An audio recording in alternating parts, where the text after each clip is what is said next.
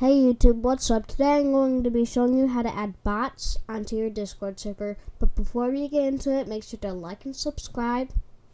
Let's get into it now. So obviously you're going to need to open Discord. This is my Discord. I just started my account.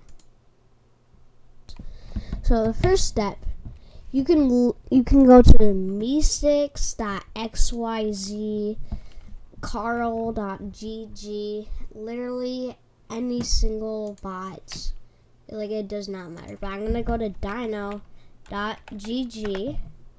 enter, and I'm going to press add to server up here.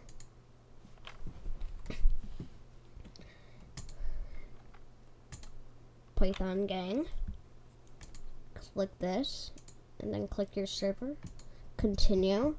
It must be able to do all of this. Don't disable any of them. Authorize. I am human.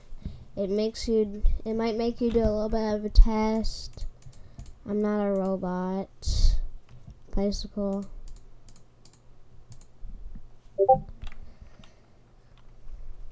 There. Now I'm just gonna exit. Now Dino is on my server. Make sure to like and subscribe for more Discord tutorials, and goodbye. Bam!